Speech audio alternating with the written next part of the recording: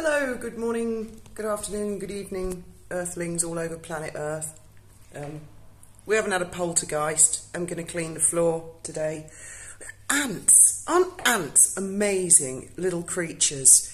I love them, I admire them, but I don't want them in my house. And they're kind of perpetual here, so we put ant powder all over the floor last night, and there's not a sign of them this morning, so I guess it's worked.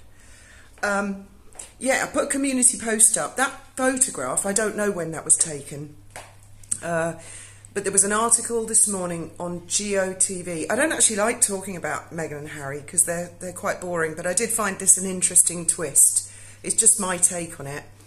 GOTV said they have arrived in the UK apparently by commercial, and that reports are there don't seem to be any children with them. Make what you will of that. Now my take on it was Harry, since he met her, has worn grey suits, beige suits. He always looks a bit squashed and crumpled, and he's wearing a black suit with a lovely black suit, actually, fitted, tailored, and he's got a look about him. He's got a look on his face. Now my take, if my Graham dressed like that all of a sudden, I'd be worried, wouldn't you? Something is going on. And I also find it very unusual she's returned to the UK when all her PR people said, yeah, I'm never setting foot in that country ever again after all that booze. So I think she'd go back under duress. I'm not buying that she wants to support charities. I'm just not buying that at all. I think they've gone back for some sort of negotiation. I think they've got her over a barrel. Don't forget, they got married in the UK. I have no knowledge of divorce law, but I'm guessing they stitched her up like a kipper, so any divorce would have to happen on UK territory. They're not normal citizens, the Windsors. They're completely different, the way they do everything. That's my guess. Now, it might be an older photograph, in which case he's been shagging someone behind her back for a lot longer than even I thought. It's not inconceivable. I know a lot of people think, you know, she's got his balls in her purse, which she has clearly had for a long time, but he is still a natural-born Windsor, and that's a very powerful position, as opposed to the ones that marry into it. So that's all I would say about that photograph. Whenever it was taken, I don't know. And yeah, I was going to tell you all about this very weird experience that I had at Dailbeag Beach on the Isle of Lewis. But before I do, just to do some justice to my poor late father, because we did tease him about not only liking the McDonald sisters, just everybody teased him about liking the Outer Hebrides, and a lot of their social friends just thought it was strange that they would want to move away, but that's really what they wanted. They wanted peace and quiet.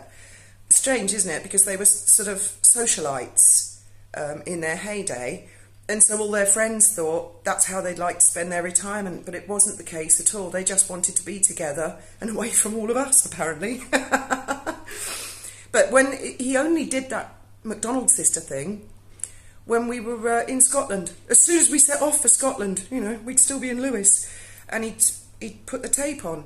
But the rest of the year, he did actually have great taste in music, and as I said many times, he was my primary carer. And in the evenings, we'd watch some TV and we'd listen to music, and he'd play Andy Williams, Glenn Miller, big band. He loved big band music. He liked bells. And when I say bells, I don't mean a church bell. Like you get a group of people and they all have a couple of bells. And that's lovely music, and I can't find any of that on YouTube. I love that at Christmas particularly, because he always played that Christmas Day. So he did have good taste in music. And also the McDonald sisters, they were island girls. They came from the Isle of Lewis. So I guess he was trying to be supportive. And that's why he said, oh, they're way better than the Nolan sisters. So I just wanted to put that straight, because I do have one or two media people who contact me sometimes wanting to do TV shows about the Britain's Most Wanted stuff. And they also want to know about what my childhood was like and things like that. So in case any of them are watching and it ever comes up in the future, I really hope they see this video and they realise that my dad doesn't just go down as a Gaelic music freak in history, because he wasn't, not all of the time. It's just sort of possessed by a Gaelic demon as soon as the thought of going up there came up. So yeah, I can't remember exactly which year, but it was a holiday when it was just me and my mum and dad, because my elder sister's 13 years older than me, and my other sister is 7 years older than me. So, and they went off, they used to go off on holiday together on their own. They did a tour of Europe. I can't think why. Don't know why they didn't do a tour of Scotland. Maybe because we all knew Scotland like the back of our hands. Anyway, so yeah, we went to Dailbeag Beach. It wasn't a sunbathing day at all. And you've got to look up Dailbeag on Google for this. It's quite a menacing beach. It's like a cove. And the locals were horrified that we used to go swimming there. They said, you know, so many people had drowned and died on that. And Dailbeag Beach, which I hated, which was the neighbouring beach, they took me there when I was little a couple of times, and I screamed my head off until they agreed to leave the beach. It was like, well, again, you'd have to look it up, terrifying. I was absolutely terrified. It smelled of death. Anyway, so we had the camcorder, the cine camera, and I managed to persuade my dad to let me use it. And we've still got the cine film of him, and I made him do take 2, take 3, and I said, oh, you're getting it wrong, you've got to do it again. And he'd been walking, and he had a black anorak on. I have to get Graham to dig this one out. And they were having a picnic. My mother had a headscarf on. We were all wearing anoraks. It was quite cold. And I said, I'm just going to go for a walk along it's sort of grass, and then you have to step down onto these large, massive pebbles, actually. Some of them are the size of cars. But they're all smooth. Geologists dream, I'm sure, because they're sort of multicoloured. It's a very weird beach. And weird shit happens there as well. In fact, I will go back to that place one day. And I have been back. I went back when I was about 28. Anyway, I was walking towards the cliffs, and I'm sure everyone's had the deja vu experience. This was the first time in my life I'd ever had this. And I think about this every single day of my life. I am not kidding. I really do. I was staring at the cliffs, and I could hear the waves and the wind, and I was scanning along the cliffs, and all of a sudden the noise went quiet, and the waves stopped. They just stopped moving. I could tell from the sound. And that made me look around. Now, this is a really strange and difficult story to tell, because I have no clear memories of what happened, but I know something happened. There's 1 or 2 snippets I'm absolutely certain I will never forget. Because I said to them, I promise I will never forget. And then I forgot. Well, as the years have gone by and I think harder and harder and harder, bits and pieces have come back to me about what happened. I heard a voice coming from the beach on the sand, calling my name. You know, Fiona, Fiona. And it was at the same time as everything, it was like time stopped. It was like everything was frozen, like paused on a video. The waves were not moving. The clouds weren't moving, nothing. And my first concern was my parents, who I looked back at, and they were frozen, just still, paused. And beyond that, my memory is not really that clear. But bits and pieces have come back, and I do remember I was with a group of people. I don't even like to use the word aliens, okay? And we were in somewhere very dark, and there was blue electric light, so it was quite dimly lit to what I would now describe, but I didn't know at the time, but what I would now describe as computer monitors, stations. I do remember that. And I was inside this place that was dark and futuristic, like a spaceship. I'm not making this shit up. This has bothered me all my life. I've thought, what the fuck was that all about? Anyway, then it was time for me to go back. I know I was there for quite a long time, and they showed me things. They showed me all kinds of things in the future and the past, and oh, it's totally messed up. But just before I left, they said everybody who leaves forgets. No one remembers. And we've been trying to find someone who can remember. And I said, I will remember, I promise, I won't forget. And they said, you will. As soon as we send you back, you will forget. And I said, I won't. And the last thing I remember is standing back on the cliff, and I was saying out loud, I promise I won't forget. I promise I won't forget. I promise I won't forget, over and over. And then the wind started again, and the waves started moving, and I was set back, so I was scanning along the cliffs. And as I got to the end of the cliff, I forgot. And I went running straight to check my mum and dad, and I told them, and they said, oh, that's deja vu. Now, at the time, I didn't remember anything about spaceships, people talking to me. That has come back to me bit by bit, and every year a little bit more comes back. And it's not my imagination. It's not. But the deja vu felt like it went on for about 3.5 seconds. That's quite long, deja vu. I don't, you guys, everybody's had deja vu. And my dad said, oh, it's a brain disorder. And they had various theories, and I just wouldn't shut up about it all the way home until they basically said, can you shut up about it? We're not interested. It's everybody gets it. Now, maybe I am insane. I've often wondered about people who have schizophrenia. People say, well, it's a medical condition and they're ill. Or I've often wondered, can they hear something we can't? And that would drive you crazy, wouldn't it? So, I mean, I'd love to hear your thoughts, theories. Am I just imagining it? Is it because I think about it every single day of my life? And I think that well, this is my theory. I think that I met something very weird and unusual. I had a weird encounter, and I think they showed me my whole life, and I think that explains the dreams that I have when things come true. Our boat Sea Lion, I had a dream about that about 10 years before we'd even thought of buying it. I could see the whole layout, and I think it could explain how I knew about the burglary, because that was the burglary was 1987. Yeah, I'm pretty sure it was 1987. And it could explain a lot of stuff. And people have talked about time slips and stuff like that. Well, I did go back. I mean, I went back lots of times after that on holiday, but then eventually when they retired, I think I only went to visit them twice, and it was in the winter, and my dad was very ill, so we didn't go to the beach. And then after my dad died, my mum sold the cottage and moved back to Brighton. But it took her a while to sell it.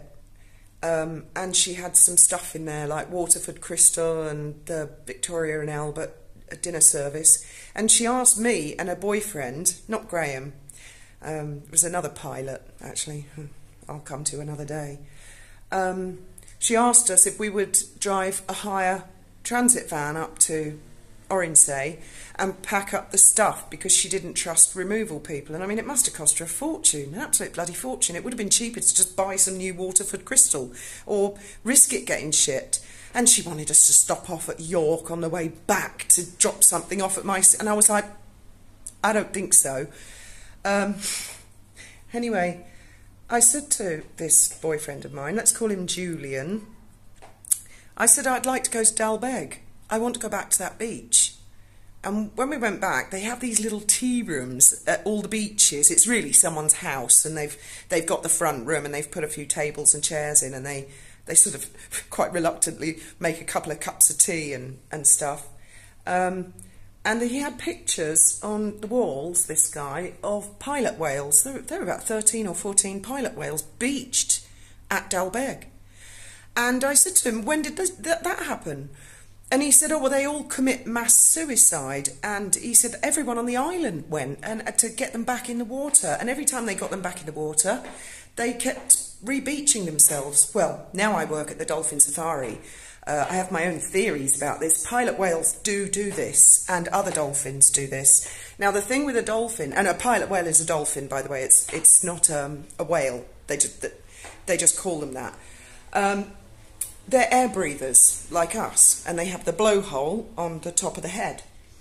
And sometimes when they get some kind of pneumonia, or if you think of it like COVID, or fluid on the lungs, they beach themselves, and what they really need is a shot of antibiotic. That's my personal theory, and I have seen at least one other vet who has the same theory on YouTube. So when people are trying to help them by getting them back in the water, they will drown. You know, and dolphins never sleep. They can't sleep like us. They can't just lay down on the seabed and chill out for a few hours. They would drown. So that's my theory, but it's... And they do it on all sorts of beaches. It's just apparently that was a really big thing. And then I went down to the beach to look at the cliff, just to see. And I think I will go back there at least one more time before I die. And it's affected me my whole life. And then all this weird shit happens. And do you know, I knew I was going to be Britain's Most Wanted when I was about 20. And it didn't happen until I was 29. I knew 9 years before all that was going to happen. I didn't know how or what. I just knew.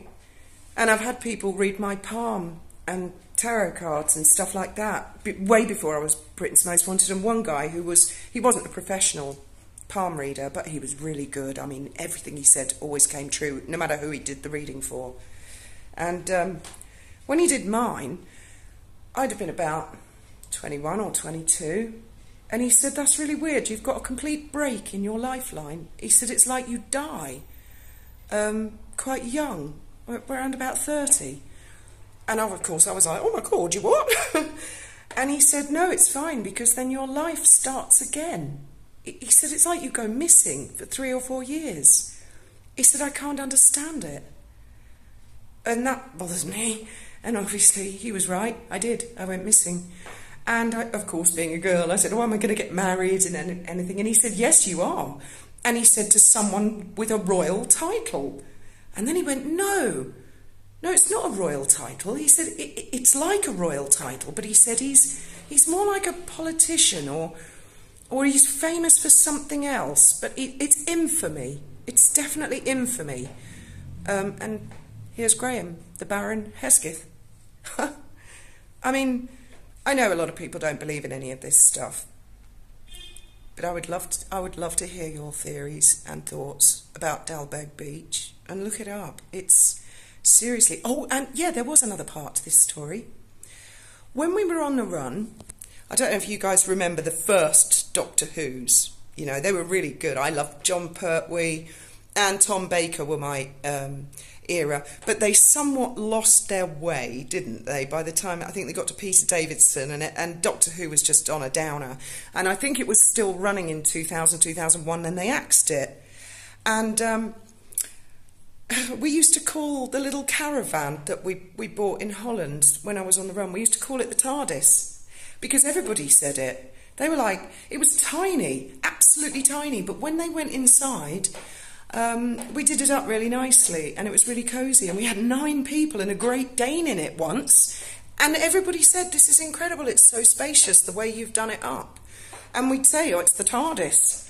So there were lots of Doctor Who references throughout my time on the run. And then when little Sammy and Ben came along, I didn't want either of them to grow up and not know what a Dalek was. And then, of course, they did the Doctor Who revival, and I was so pleased. And I was like, with Graham, we were both, I hope they don't mess this up and it's going to be tragic. And it wasn't. It was wonderful with Chris Eccleston and then David Tennant and, of course, Billy Piper. And a lot of people had always said to me, you know, you look just like Billy Piper, which I don't so much now. But when I was younger, yes, there definitely is a resemblance. And then